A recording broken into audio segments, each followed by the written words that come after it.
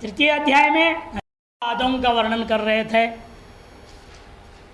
द्वितीय पाद में उसमें सत्राधिकारी नाम प्रत्येकम कृष्णम फलम, सत्र के अधिकारी जितने भी हैं, जितने लोग मिलकर सत्र याग करते हैं, उन प्रत्येक को फल मिलता है। सत्र याग का नियम है जितने ऋत्विक उतने यजमान हैं। जितने ऋत्विक होते हैं वे सब यजमान भी होते हैं। एक दिन एक यजमान बनेगा, अन्य ऋत्विक हो जाएंगे। अगला दिन दूसरा, जो पहले ऋत्विक तो वो यजमान हो जाएगा, और आज यजमान तो वो ऋत्विक हो जाएगा। इस क्रम से जितने भी सत्रयाग में होते हैं 20-21 भी हो सकते हैं यजमान, वो सब ऋत्विक कार्य भी करेंगे, यजमान कार्य भी करेंगे। पर्यायेण यजमान बनते जाएंगे, अतः ऋत्विक भी पर्यायेण बनते जाएंगे। अच्छा, सबको बराबर फल मिलेगा। अन्य कर्म में क्या होता है, यजमान को पूरा फल मिलता है, ऋत्विकों को केवल दक्षिणा मिलता है। ऋत्विकों को कर्म का फल नहीं मिलेगा। बड़े से बड़े याग कराएंगे तो भी उनको दक्षिणा ही मिला और कुछ नहीं मिला। और जो स्वर्ग आदि फल है, जो भी फल है, वो यजमान मात्र को मिलता है। इन सत्र याग में विशेषता है कि सबके सब मिलके पैसा डाल रहे हैं और सबके सबके मिल करके कर्मकांड कर रहे हैं। एक यजमान नहीं होता, सबके सब यजमान है, सबके सब ऋत्विक है। जैसे यहाँ क्या आते हैं, आपके राजस्थानी सेवा समिति में आए थे ना गायत्री अनुष्ठान करने वाले, और सबके सब ऋत्विक है, सब यजमान भी हैं। सब अपने अपने शेष सामने से पैसा डाल देते हैं और पूरा सब आते, सब जाप करके अनुष्ठान करके चले जाते हैं। सत्रयाग ऐसे ही हुआ करता है। ये तो वैदिक कर रहे हैं, लेकिन सत्रयाग वैदिक जो याग होता है उसमें यही नियम होता है। ये गायत्री मंत्र तो वैदिक मंत्र है, यानी जिस ढंग से कर रहे हैं उसमें वो सब चीज़ें नहीं हैं जो वैदिक कर्मकांड में होता है, वो नहीं करते हैं। ये कहने के लिए यज्ञ कुंड है, हवन कर रहे हैं, बात खत्म है। लेकिन वहाँ सबके सब अग्निहोत्री होना चाहिए ना। एक भी अग्निहोत्री नहीं है, एक भी नहीं। मेरे श्रौत्याग कहाँ से हुआ? ये वैदिक मंत्र का जाप करके, वैदिक मंत्र से हवन करने से वैदिक या नहीं हो जाता, श्रौत्याग नहीं माना जाता है। श्रौत्याग में यजमान को अग्निहोत्री होना जरूरी है, और 3 अग्नि होना ही होना है। श्रोत अग्नियाँ, दक्षिणाग्नि, गार्हपत्याग्नि, आवनी अग्नि होना चाहिए। एक अग्निकुंड से क्या हो रहा है काम? वैदिक कर्मकांड कैसे कहेंगे उसको? इसलिए सत्राधिकारिणां प्रत्येकं कृष्णं फलम 10 पूर्णमास यह कर्ता ऐक्य नियम एवं 10 याग अपूर्णमास याग, इन दोनों के कर्ता एक है। ये सब द्वितीय पाद का विषय है। और काम कर्म समापनीयम इति एवं आदेय अधिकारी धर्म उक्ता। काम कर्म है, आपने आरंभ किया, बीच वैराग्य हो गया, कामना आपको नहीं चाहिए, तो क्या कर्म छोड़ दोगे? नहीं छोड़ सकते। वही करें, काम कर्म भले भी हमने आरंभ करके आपकी इच्छा फल की नहीं है, फिर भी समापनीयम एवं इत्यादि नियमों का सिद्धि अधिकारी का जो धर्म है, ये वहाँ द्वितीय पाद में कहा गया। तृतीय द्रव्य से प्रतिनिधि रस्ती। तृतीय पाद में यह वर्णन किया कि द्रव्य के भी प्रतिनिधि हो सकते हैं। ये सोमलता सर्वत्र नहीं मिलती है, तो केरल प्रदेश में मिलता है, लेकिन अभिशप्त प्रदेश होने के नाते वहाँ की सोमलता ला करके यहाँ पे याग नहीं कर सकते। और यहाँ सोमलता होता है नहीं, पैदा नहीं होता। एक महामलेश्वर जी थे, आचार्य महामलेश्वर लोकेशान जी करके जुनागढ़ की बहुत कोशिश किया उन्होंने। सोमलता वहाँ से ले आए, केरल से, प्लेन से व्यवस्था बना करके, और यहाँ करके उसको लगाए। रोज़ रुद्री पाठ करना सब करके, दूध आदि से अभिषेक करके किस तरह जीवित रहने की कोशिश की है, लेकिन टिका नहीं, होता ही नहीं। अभिशाप है उसको, वहीं निश्चित क्षेत्र में ही पैदा होगा। अतः उसकी जगह पर दूसरा क्षीरणी लता को वर्णन किया। एक दूसरे लता है, उसको तोड़ने से दूध तो टपकता है, इतने नशीला नहीं है वो। सोमलता तोड़ोगे तो एकदम नशा ऐसा है कि उसका थोड़ा सा वाष्प भी कान में, नाक में घुसा, वही बेहोश हो जाएगा। हाँ, इतनी तेज नशा है। ऐसे ऊपर कई पौधे हैं हिमालय में, एक नेपाली बाबा यहाँ रहते थे, बताते थे बहुत खतरनाक। जैसे बांस में वो हंसिया बांध के ले जाते थे, पहचानते थे ऐसा खतरनाक है। या उसे दवाई बनाना है उन्होंने, तो दूर से उसको काट करके भाग जाते थे। और फिर आएंगे 12 घंटे बाद, तो उसकी नशा हवा में उड़ के सब चला गया, तो उसको उठा लेते थे। ऐसे से खतरनाक जो है जड़ी बूटियाँ ऊपर पहाड़ में है। वैसे सोमलता भी नशीला है, और भी क्षीण लताएँ बहुत सारे हैं, लेकिन उसके पत्ते झड़ते नहीं हैं। जैसे सोमलता का क्या है, कृष्ण पक्ष में झड़ जाएगा, पूर्णिमा या शुक्ल पक्ष में बढ़ते जाते हैं एक करके, वो चिन्ह नहीं है इसमें। ये यहाँ प्रतिनिधि बताया गया। इसे हर एक चीज़ की प्रतिनिधि है। शरीर प्रस्तरितव्यम, जहाँ दर्भ नहीं मिला तो क्या करें, सुरकंडा से ही कर दो। सरकुंडा होता है ना जो घास, उससे कर दीजिए, कह दिया। दर्भ नहीं मिला, इस तरह से प्रतिनिधियों का वर्णन किया, द्रव्य के प्रतिनिधियों का वर्णन किया। तीसरे पाद में देवादि नाम अग्नि आदि नाम अधिकारिणश्च स नास्ति इत्यादि निरूपणम। इन द्रव्य का प्रतिनिधि होता है, लेकिन देवताओं का प्रतिनिधि, अग्नि आदियों का प्रतिनिधि और यजमान अधिकारी का भी प्रतिनिधि हो जाए, ये नहीं हो सकता। अधिकारी माने यजमान, उसका प्रतिनिधि नहीं होता। मान लो एक आदमी यजमान यज्ञ शुरू किया, 2 दिन किया, तीसरे दिन बीमार पड़ गया, और कोई अपने बेटा को किसी को प्रतिनिधि बना के बिठा दे, यज्ञ पूरा करे, ऐसा नहीं हो सकता। अधिकारी का प्रतिनिधि नहीं होता। ऐसा वर्णन आपके तीसरे पाद में। चतुर्थे पदार्थ लोपनम विचारितम, चौथे पाद में पदार्थ के लोप के बारे में विचार किया। अवत्तनाशे सती आज्यन यजेत, और ये भी किया अवत्य जो द्रव्य नष्ट हो गया किसी कारणवश, तो आज्य से या करने का भी विधान कर दिया। इसे चौथे पाद में विचार है।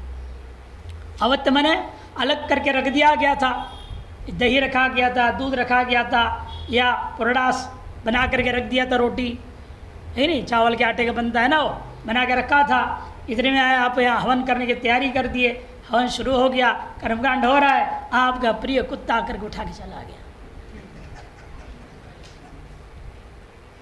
कुत्ते पालने के भी खतरा है, वो घुस जाता है आपके बिस्तर पर। घुसने का आपने छूट दे रखा है, तो क्यों नहीं घुसेगा कि मंडप में? वो घुस गया, उठा के ले गया, अब क्या कर लो। ऐसे एक जगह घी में हुआ था, इसलिए बता रहा हूँ। घर का ही कुत्ता था, और रात में उसने घी का कटोरा उठा के दिया, और सब देखते कटोरा है नहीं, कहाँ गया कहाँ गया कहाँ गया। अब फिर वो CCTV कैमरा लगा रखे थे, उसमें देखा तो घर का ही कुत्ता उठा के ले गया। वो कहाँ ले गया, उसको देखा, उधर देखा, वो कटोरी वहाँ मिल गया, बगीचे के अंदर एक पेड़ के नीचे घुसा दिया था उसने। खा पी लिया घी को और फेंक दिया उधर। इतना बुद्धि है उसकी। अरे यज्ञ कुंड में रख देता वापस, परेशानी नहीं होती लोगों को ढूंढने। इस तरह के होते घटना, इसीलिए वो लोप हो सकता, पदार्थ का लोप हो सकता है किसी भी प्रकार से कारण से। तो क्या हो जाएगा, उससे अवत्त पदार्थ का नाश होने पर आज्य से हवन करने का विधान किया गया। ईडात्यर्थ नाशे सती शेषान्न ग्राह्यम इति आदिकम। इडाम भक्षेत का यहाँ इड़ा भक्षण होता है यज्ञ शेष में, यज्ञ के समापन के बाद में इड़ा भक्षण होता है। प्रणिता पात्र में जो जल होता है सबको देते हैं, यजमान भी उसको चमन जैसे करता है। इन इड़ा भक्षण मान लो किसी वर्ष लोप हो गया, परिक्रमा आदि करते मान लो किसी का कपड़ा लग गया हो, उलट गया, अब इड़ा क्या पियोगे, कहाँ से पियोगे, जमीन में चला गया। अब तब कहते यदि इड़ा भक्षण जो विधि है वो इड़ा का लोप हो गया किसी कारणवश, अर्थनाशे सती शेषान्न ग्राह्यम इति आदिकम। शेषात न ग्राह्यम, शेषात न ग्राह्यम, जो शेष गया जो बचे हो उनमें से ग्रहण नहीं करना एड़ा भक्षण करके। गया तो गया, आपके भाग्य में एड़ा भक्षण नहीं है, एक अंग लोप हो जाएगा, उसके प्रायश्चित कीजिएगा। शेषात न ग्राह्यम इत्यादि जो है आपके चौथे पाद का विषय निर्णय दिया। पंचमे काल अपराधेन चंद्रोदय सती अभ्युदेष्टि प्रायश्चित्तम। काल का अपराध हो गया।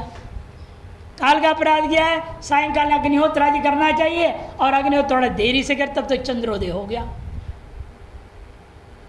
अब उसके लिए अब बता अभ्युदेष्टि नाम का प्रायश्चित का विधान किया गया।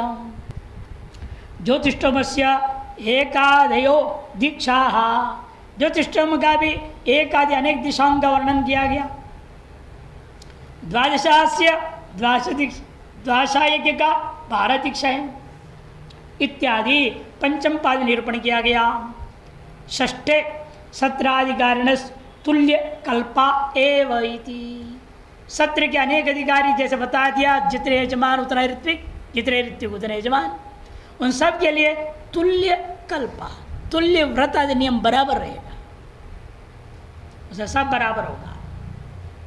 इसलिए वहाँ सत्रयाग में यजमान ब्राह्मण ही हो सकता, क्षत्रिय वैश्य नहीं हो सकता।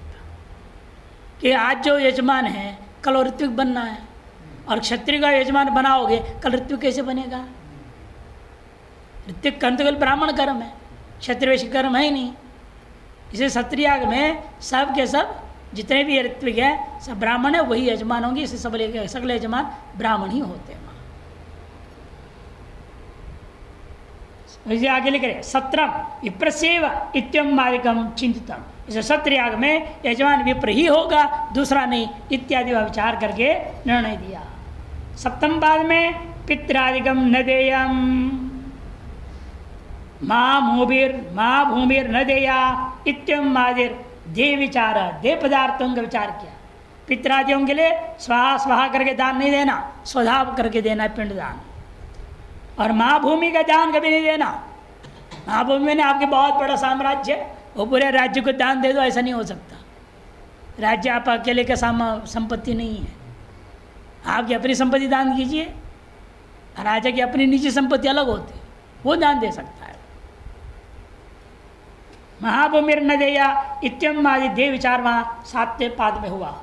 8वें में 8वें लौकिक अग्नौ उपनयन होमा, श्रौत अग्नि उपनयन नहीं होता, लौकिक अग्नि में उपनयन संस्कार होता है। और लौकिक अग्नि जो स्थापित है अन्य कर्मकांडों में अग्नि को उद्वास किया जाता है यज्ञ संपन्न के होने के बाद। इन उपनयन अग्नि का पूर्णाहुति होकर विसर्जन नहीं होता, पूर्णाहुति नहीं किया होता क्या उसी उपनयन यज्ञ के 3 दिन तक लगातार हवन किया जाएगा, उसका सीधे अग्नि को उद्वास होता है, पूर्णाहुति नहीं होती, नियम है। ये सब विचारों को 8वें पाद में किया गया। स्थपति इष्टिस तथैव इत्यम आदि अग्नि विचार करता। स्थपति के द्वारा यजन कराना है, वो निषाद स्थपति या न्याय, इसको बोलते हैं निषाद स्थपति न्याय। शूद्र को भी एक याग में अधिकार है, वो भी यजमान हो सकता है। ये सब भी अंतिम पाद 6ठे अध्याय का अधिकार निर्णय देता है। इसके अलावा अग्नि के संबंधी जो किंचित विचार भी किया गया है। प्रत्यक्षोक्त्यतिदेशो वस्य शेष सामानिरूपणम नामलिंगातिदेशो द्वौ सप्तमाध्याय पादगा। सप्तमाध्याय के पाद में क्या क्या है? प्रथम पाद में समानम इतरत शेनेन इत्यादि जो प्रत्यक्ष अतिदेशवाचक शब्द है उनको लिया गया। शेनवत, अग्निहोत्रवत, ऐसे जहाँ सीधे ही वति प्रत्यांत प्रयोग हो गया वेद में सामान्य अतिदेश बताने के लिए। तेन तुल्यम चेत क्रियावती ही सूत्र है।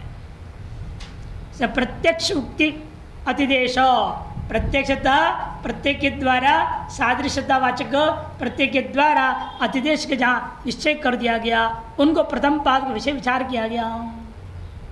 और द्वितीय पाद में क्या किया? साम निरूपणम, भिन्न प्रकार के सामों का निरूपण किया। तीसरे पाद में लिंगा नामातिदेश और चौथे पाद में लिंगातिदेश कर दिया गया। नाम लिंगातिदेशो दो। सप्तमाध्याय से प्रथमे पादे समानम मने इतरत शेन ना, बाकी जो कर्मगान शेन्या के जैसे करना, ऐसे इतरत शेनेन सदृशम इत्यादि स्पष्ट प्रत्यक्ष वचन है वह उससे द्वारा अतिदेश निर्णय होता है, उनको लिया गया। द्वितीय प्रथंतर शब्देन गान मात्र विधायिना गान सीव अतिदेशत्वम इति एतादृशः पूर्वोक्त अतिदेशस्य शेष विचार। पूर्वोक्त सामान्य अतिदेश का ही शेष जो विशेषांश है उसका विचार किया गया कि रथंतर साम भी है, रथंतर याग भी है। ये रथंतर साम गायन में रूढ़ है, उसी का अतिदेश करना जहाँ अतिदेश होता है ये आपका नहीं है।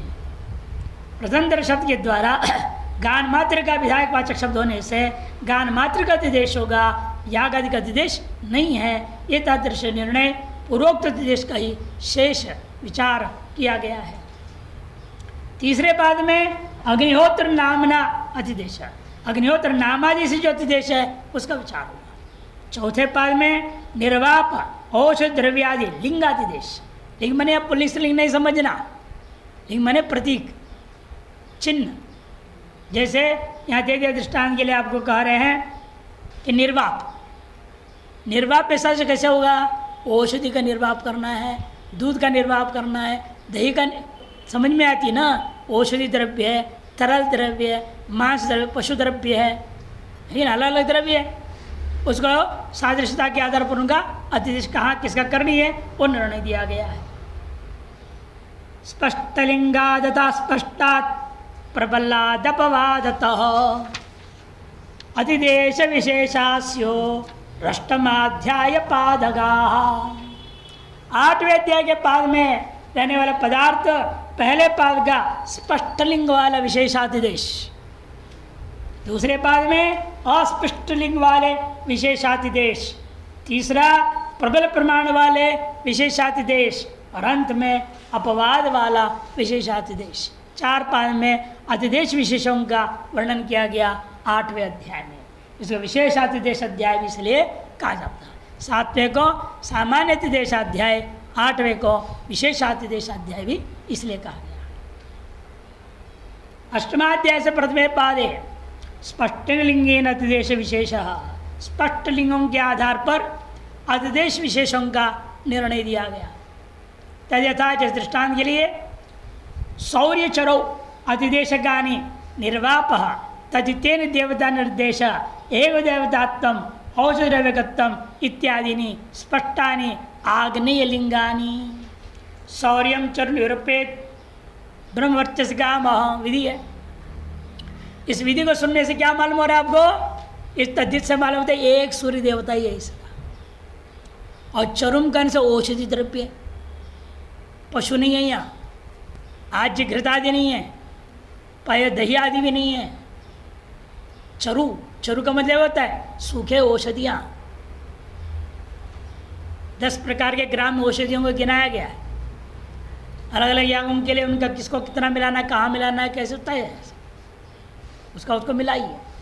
मात्रा भी तय है, जो कितना, तिल कितना, चीनी कितना, चावल कितना, सब निर्णय है। मात्रा भी। अब आजकल कौन पालन करता है?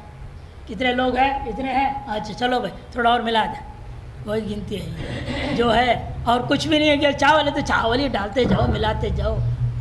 थोड़ा बहुत जो है ना 2-4 तिल भी दिखाई दे, कोई बात नहीं, सारे मात्रा बिगड़ जाता है।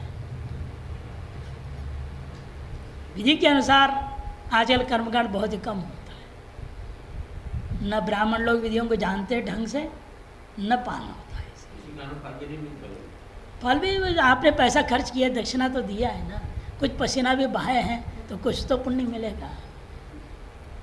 निष्फल तो जाएगा नहीं, व्यर्थ नहीं हो सकता, कर्म का व्यर्थ नहीं जाता है, लेकिन विहित फल मिलेगा क्या ये नहीं कह सकते आप। लेकिन पुण्य कर्म है, फल तो मिलेगा। वो भी बेचारे मंत्रों को बोले तो हैं, कुछ न कुछ बोले तो हैं, मंत्र बड़ बड़ बड़ किए तो हैं, वो भी मेहनत की है, उनकी भी पसीना पाया है, उनकी भी दक्षिणा पूरा फालतू नहीं ले रहे हैं, वो भी उनको भी फलीभूत होगा। इन विधि का सम्यक पालन न होने से यजमान का ही नुकसान होता है अधिकतर। इसलिए कहना स्वरतो वर्णतो वा हीन हो जाता, क्या वाग वज्र बोल दिया, नुकसान किसका हुआ? पाठ गलत करा पंडित ने, हानि हुई यजमान का। इसलिए ऋत्विक चयन भी बड़ी सावधानी से करनी पड़ती है। जब कोई भी पंडित ले लो, पकड़ लो, बिठा दो, तुम पूजा पाठ कर लो, ऐसे नहीं होता।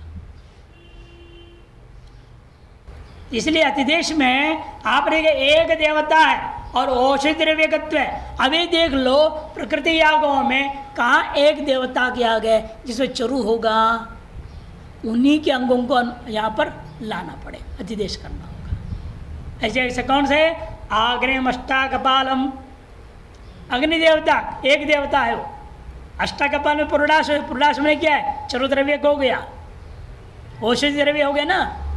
इसे औषधि द्रव्य का एक देवता याग को हम इस सौर चरु याग का प्रकृति मानेंगे। प्रकृतिवत विकृति कर्तव्य से उसी पर से अंगों को लाया जाएगा।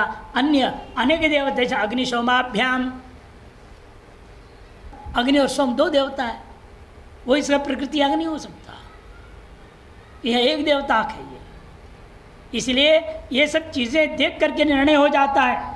एक देवतात्म और औषध द्रव्यकत्व इत्यादि स्पष्टानि अन्य आग्नेय लिंगानि। अग्नि देवता जो प्रकृति में याग है उसमें के अनुसार ये इसका लिंग समान दिख रहा, स्पष्ट अनुभव में आ रहा है। द्वितीय तो अस्पष्टेर लिंगैरतिदेश, अस्पष्ट लिंगों से अंगों का अतिदेश किया जाएगा। तद्यथा वाजिने हवि सामान्य लिंगेन पयो विध्यंतो अतिदिश्यते। वाजिने हवि, वाजिन देवता के लिए जहाँ कहीं भी हविष की बात आएगी वहाँ कहीं मान लो द्रव्य विशेष का नाम नहीं लिया है तो आपको सामान्य लिंग के आधार पर क्या मानना पड़ेगा? वाजिन कैसे बनता है? दूध के फाड़ने से बनता है ना। इसीलिए हम पयो विध्यंतो अतिदिश्यते, पय संबंधी जितने भी विध्यंत हैं उनके अतिदेश करूँगा कि वाजिन नाम आते ही पयो द्रव्य दिमाग में आ जाएगा।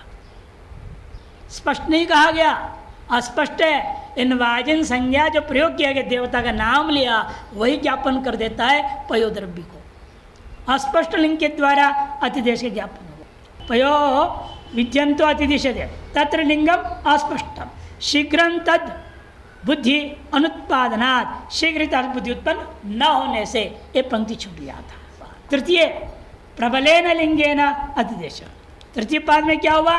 प्रबल लिंगों के अतिदेश हुआ। तद्यथा जैसे आभिचारिकेष्टौ अग्ना वैष्णव सारस्वत बारस्पत्येषु हविषु तृत्वेन लिंगेन यथाक्रमम् आग्नेयादि विद्यन्ते प्राप्ते द्विदेवत्यत्वेन लिंगेन प्रथम अग्ना वैष्णवे तृतीयस्य अग्निशौम्यस्य विद्यन्तो अतिदिष्टाः। अतिदेश कर तो बड़ा ध्यान रखना पड़ता है। आविचारिक स्टी में एक याग आया जिसमें है अग्नि विष्णु देवता के एक याग है, फिर सारस्वत याग है, फिर बृहस्पति याग आ गया। वहाँ पर 3 यागों का क्रम है। इन पहला याग 2 देवता वाला है, दूसरा और तीसरा एक एक देवता वाला है। तब हमें द्विदेवता जो अग्नि विष्णु देवता के याग है उसको आवश्यक अंगों को कहाँ से ले आऊँगा? जब 2 देवता की प्रकृति को ढूंढो। 2 देवता की प्रकृति कौन है? अग्नि और सोम, अग्नि सोम देवता क्या, वो 2 देवता है वहाँ पर। तो वहाँ से इसलिए अंगों को लाया जाएगा। वहाँ भले क्रम अलग है, वहाँ ये प्रथम है अग्नि विष्णु और अग्नि सोम वहाँ तृतीय था। प्रथम के लिए तृतीय से लाया जाएगा अंग को। तृतीय लिंगेन यथाक्रमम आग्नेयादि विद्यन्ते प्राप्त, यथाक्रम जाएंगे। अग्नि पहला था, पहले को पहले में लाओ, ऐसे प्राप्त हुआ। लेकिन द्विदेवत्यत्वेन यह अग्नि विष्णु जो है द्विदेवता होने के नाते इस लिंग के आधार पर प्रथम जो अग्नावैष्णव में तृतीय जो कौन था? अग्निशोमी याग, वहाँ से हम अतिदेश कर लेंगे। प्रकृति में आग्नेय अष्टाकपालम पहला है, फिर उपास्याज मंत्र यजति, फिर अग्निशोमाभ्याम यजति। 10 पूर्णमास याग में एक क्रम है, पहले अग्नि, फिर उपांश विष्णु देवता के याग, फिर उसके बाद में अग्नि सोम देवता के याग होता है। अमावस्या में आग्नेय याग, ऐन्द्रम दधि, ऐन्द्रम पया, दोनों इंद्र देवता के। वहाँ तो द्विदेवता वाला है ही नहीं, अग्नि इंद्र इंद्र। पहला अग्नि, दूसरे में इंद्र, तीसरे में इंद्र दर्श में। और इधर क्या, पहले में अग्नि, दूसरे में विष्णु, तीसरे में अग्नि सोम देवता। प्रकृति के 10 मास का ये स्वरूप है। इन वहाँ पर हम वहाँ से हमें लाना है अग्ना विष्णु याग के लिए। कौन से अंग लाएंगे? जो यद्यपि वह प्रथम नहीं है, तीसरे में है कौन? अग्नि सोम। 2 देवता के याग है अग्नि सोम, इसलिए भी द्विदेवता वाला होने से अग्नि सोम से ही हम लाएंगे। पहले को पहले का संबंध जोड़ के नहीं लाएंगे, अग्नि देवता का नहीं लाएंगे। ये निर्णय आपका वहाँ दिया गया प्रबलेन लिंगेन में दिया। द्विदेवत्यत्वेन लिंगेन प्रथम अग्नाविष्णु के लिए तृतीय जो अग्निशोमी है उसी विद्यंत का ही अतिदेश किया जाता है। प्रबलंच द्विदेवत्यत्व, क्योंकि एक देवता की अपेक्षा से द्विदेवताकत्व जो उच्चारण किया गया वह प्रबल है। यथाक्रम प्राप्त था उसको बात दिया इसलिए आपने। तो अभिचारिक इष्टो अग्निशो अग्निवैष्णव सारस्वत और बारस्पत्येषु हविष्यो तृतीय लिंगेन यथाक्रम आग्नेयादि विद्यंत प्राप्त था, लेकिन द्विदेव तत्व लिंगेन हम प्रथम जो अग्निविष्णु के जगह पर तृतीय जो अग्निशोम देवता द्विदेवता होने के लिए उसके विद्यंतों का उपदेश करेंगे। और प्रबल क्यों? प्रबलंच द्विदेव तत्व रूपी सादृशता प्रबल है। शब्दोच्चारण मात्रेण सा प्रतिभासनात्, शब्दोच्चारण मात्र से झटिति द्विदेवताकत्व प्रतिभासित हो रहा है। क्रमस्तो विलंबित प्रतीत्या दुर्बल, क्रम जो है ये पहला ही आ गए, दूसरा ही आ गए, ये तीसरा ही आ गए, तो विलंबे न क्रम की प्रतीति होती है। चौथे पद में क्या है यहाँ? चतुर्थे दर्वी होमेशो अतिदेशो अपोद्यते, दर्वी होमों में किसी के भी अंगों का अतिदेश नहीं करना, अपोदन कर दिया, हटा दिया। अतिदेश करके वहाँ याग्नि जितने वहाँ अंग बताया गया दर्व्यों में उतने ही करना है, कहीं से अतिदेश कुछ ला करके पूरा करने की चेष्टा नहीं करना। ये जो आपके 8वें अध्याय का जो है 2 पादों का विचार हो गया, 8वां अध्याय हो गया, ये 9वां का शुरू हो रहा है। ऊहारंभो अथ सामोहो मंत्रोहस तत्प्रसंगतः नवमाध्याय पादेषु चतुर्श्वेते प्रकीर्तिताः। नवम अध्याय के पादों में, चारों पादों में ये पदार्थ कथन किए गए हैं। कौन से? पहला ऊह क्यों करना है, ऊह आपको करने की क्या जरूरत है, प्रयोजन पूछा गया, ऊहारंभ का लेकर के विचार किया। फिर दूसरे पाद में ऊह का लक्षण किया, ऊह के आरंभ का वर्णन भी किया, फिर शाम का ऊह, फिर मंत्रो हो, और मंत्र ऊह के अंतर्गत तत्प्रसंगता अन्य जो भी ऊह का मामला है सबका विचार कर दिया। ऊह आरंभ पहला पद, दूसरा सामोह पाद, तीसरा मंत्र ऊह पाद और चौथा तत्प्रासंगिक ऊह पाद। नवमाध्याय से प्रथमे पादे वो पद घात पूर्वकम वह विचारम वो विचार आरंभ, ऊह के उपोद्घात पूर्वक ऊह के विचार आरंभ किया गया। तत्र जैसे प्रयाज आदि धर्मा अपूर्व प्रयुक्ता अवघात मंत्रादिषु अविवक्षित व्रीहि अग्नियादि स्वरूपम साधन विशेषत्व मात्र विवक्षितम इत्यादिक रूप उपोद्घात, हाँ पाठ ऐसा होनी चाहिए, वो ऐसे दिख रहा है। उपोद्घात मैंने उपक्रम को, उपोद्घात को, ये सब एक आरंभ को पर्यायवाची है। इत्यादि रूप उपोद्घात नहीं है, घा है वो, घा द में नीचे घ, उपोद्घात देखने में वह जैसे लग रहा है। अवघात मंत्रादियों में अविवक्षित है, व्रीहि अग्नि आदि के स्वरूप साधन विशेष मात्र का बोधक है। यह विवक्षिता इत्यादि जो ऊह के उपोद्घात उपक्रम या आरंभ का विचार किया गया। सवित्र सवित्री अश्वी पूष शब्दाना विकृतिशो नास्ति हुआ, सवित्र शब्द आया हो और अश्विन शब्द आया, पूषण शब्द आया, इतने शब्दों को विकृति में किसी प्रकार को वो नहीं करना। अग्नि शब्द से अस्ति हुआ, अग्नि शब्द का तो किया जाएगा। इत्यादिकम वह विचार आरंभ, इत्यादि वो संबंधी विचार का आरंभ प्रथम पाद में किया गया। द्वितीय सपरिकर साम, सकल अंगों के सहित जो है साम संबंधी ऊ का विचार है। तृतीय मंत्र सपरिकर मंत्रो, और चौथे में मंत्रों के प्रसंग से आपतित जितने भी है प्रासंगिक बातें उन सब पर भी विचार कर दिया गया। दशम अध्याय के 8 पादों का वर्णन आएगा। दशम अध्याय में 8 पाद है, तीसरे, छठे और 10वें, इन 3 अध्यायों में 8-8 पाद है, बाकी सब अध्यायों में 4-4 पाद है।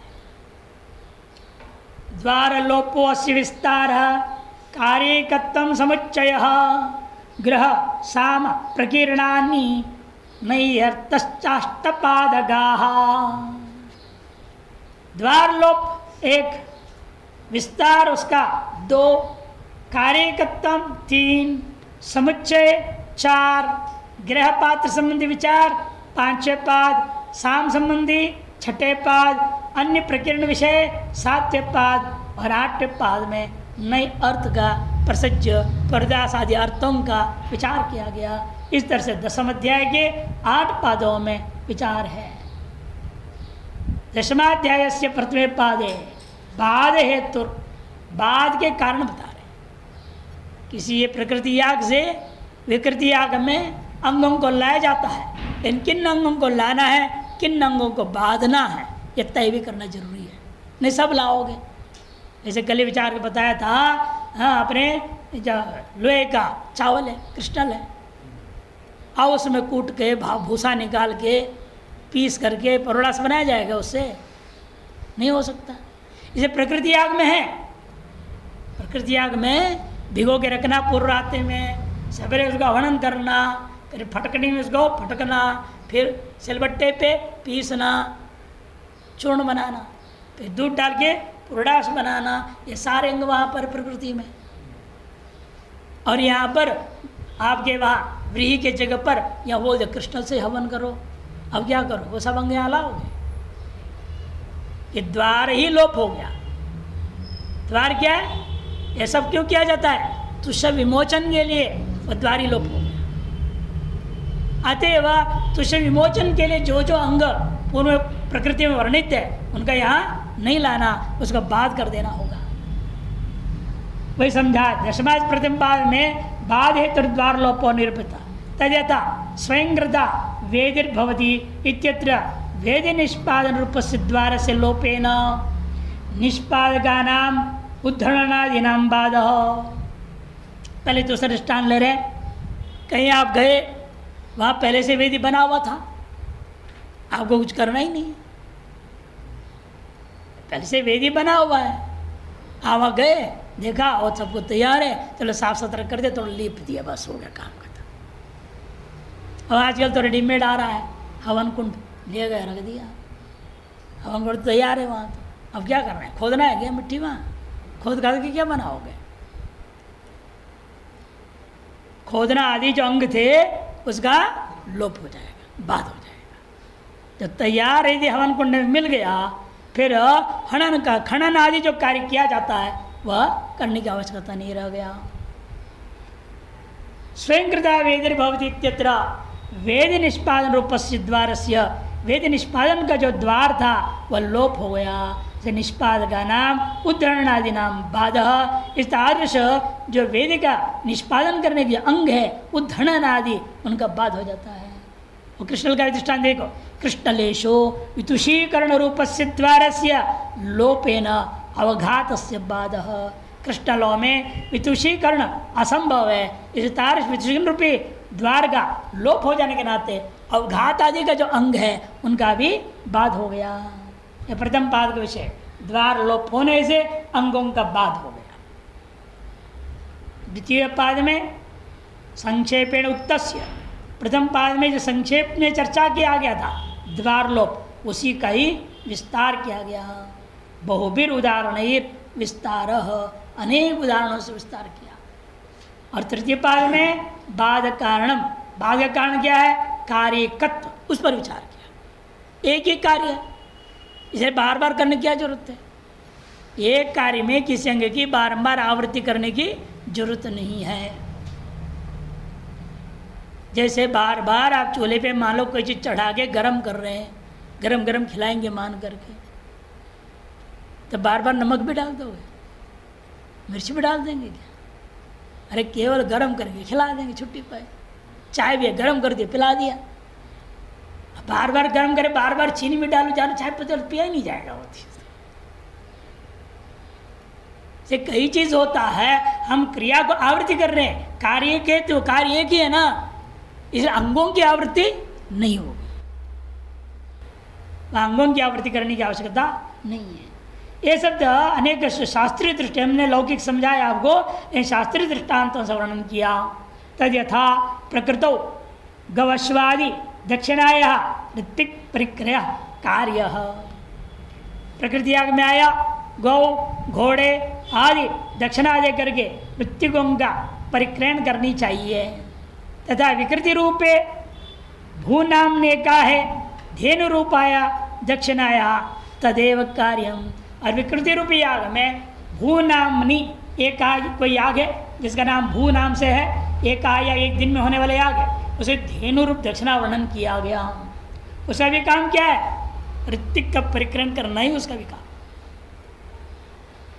ततो धेन्वा गवाश्वाय दक्षिणा विकृतो चौदक प्राप्त बाध्य थे। इसे धेनु के द्वारा जब हमें ये ऋत्विक को खरीदने का विकृति याग में विधि हो गया, तो प्रकृति याग में जो कहा गया था 112 गाय दे दो, 2 घोड़े दे दो, 1 हाथी दे दो, वो सारी दक्षिणा जो आ रही थी विकृति याग में अपने वो बाधित हो गया। विकृति याग में अलग दक्षिणा बता दिया। क्या दक्षिणा बताया? धेनु बता दिया। धेनु किसको कहते हैं? गौ भी गाय, धेनु भी गाय, गाय गाय बोलता है। हाँ, दूध देने वाली गाय को कहते हैं, जिसके बछड़ा अभी पैदा हो रखा है उसका नाम धेनु। बछड़े या बछड़ी पैदा हो साल भर के अंदर तक उसका नाम धेनु, उसके बाद नहीं, फिर सामान्य गौ हो जाएगा, दूध देने वाली गाय है वो, लेकिन बछड़ा बछड़ी वाली नहीं है। इसलिए क्या करते हैं, मान लो बछड़ा बछड़ी जन्म लेते मर गया तो क्या करते हैं? हाँ, उसी बछड़े का बड़े विचित्र लोग थे पहले, तो क्या करते थे, कहाँ से फिर दूसरा डुप्लीकेट बनाएंगे वो लोग। वो क्या करते थे, वो मरा हुआ बछड़े का ही सारा निकाल देते, मांस वांस सब अंदर से, और उसे पुआल भर देते थे और उसको खड़ा करते थे उसके साथ गाय के साथ, और उसी को अपना बच्चा सब चाट चाट करके वो दूध देना शुरू कर देते। अब तो अनेक प्रकार के हाँ तो तरीके हैं निकालने के। तो इस प्रकार से जो धेनु के द्वारा सामान्य गौ आदि दक्षिणा चौथा बाधित हो जाता है। क्यों? दोनों का काम एक है, दक्षिणयास तदेव कार्यम। ततो धेन्वा गवश्वादि दक्षिणा विकृतो चौथक प्राप्ता बाध्यते हैं। ये तीसरे पाद का। चौथे पाद में नक्षत्र विहिता उपहोमा चौथक प्राप्तिर नारिष्ट होम ही सह समुच्यन्ते। नक्षत्र विहित जो उपहोम आदियों का, जो प्रकृति याग से प्राप्त जो नारिष्ट होम आदियों का सह समुच्चय किया जाएगा इत्यादि समुच्चय का विचार किया गया।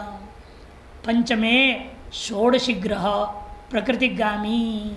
षोडशी पात्र, षोडशी नामक एक ग्रह पात्र है। हाँ, ब्रह्मा षोडशी महात्मा का मरने से होता है षोडशी भंडारा, वो नहीं लेने गया। यहाँ षोडशी ग्रह पात्र का नाम है। तो वो ग्रह पात्र को कहाँ ग्रहण करना? प्रकृति याग में कि विकृति याग में भी किया जाए कि नहीं किया जाए, उस पर विचार करते हुए कहा प्रकृति याग में ही करना है। षोडशी ग्रह प्रकृतिगामी सच आग्रायण पात्रा देव ग्रहीतव्य इत्यादि बाद प्रसंगागत ग्रहादि विचार। बाद के प्रसंग में आया हुआ ग्रहादि पात्रों का विचार किया गया। छठे पाद में सामत्रिचे ज्ञेयम इत्यादि बाद प्रसंगागत साम विचार। बाद के प्रसंग में आए हुए सामदान को लेकर जो बाध्य बाधक भाव है उसका विचार आया छठे पाद में। सातवें में पश्वंगेशु हविर्भेद। पश्वंगों में भी हविर्भेद का विचार हुआ। गृहमेदीयम अपूर्व कर्म इत्यादि बाद प्रसंगागत प्रकीर्ण विचार। गृहमेदी इष्टि में अपूर्व कर्म सिद्धि के लिए प्राप्त जो बाधता प्राप्त अंग उनके बाद की प्रसंगात आगत को लेकर प्रकीर्ण विचार किया गया। अष्टमे नानुयाजेष्विति परदासो न सोमिति अर्थवादो। नानुयाजेशु ये जामहे और संग्रह में भी आया था इसका विचार। ये जो है इत्यादि जो प्रदास जो प्रयोग हुआ न सोमे इति अर्थवादो नातिरात्रेति प्रतिषेध इत्यादि बाधोपयुक्त नयर्थ विचार बाद के उपयोगी नए संबंधी पदार्थ का विचार किया गया। नातिरात्रे अतिरात्रे षोडशन गणनादि नातिरात्रे षोडशन गणनादि ऐसे भी सब विधियाँ हैं। नए संबंधी विचार उनको लेकर के किया गया, वो 8वें पाद का विषय है। इस प्रकार 10वें अध्याय के 8 पादों का विचार पूरा हो जाता है।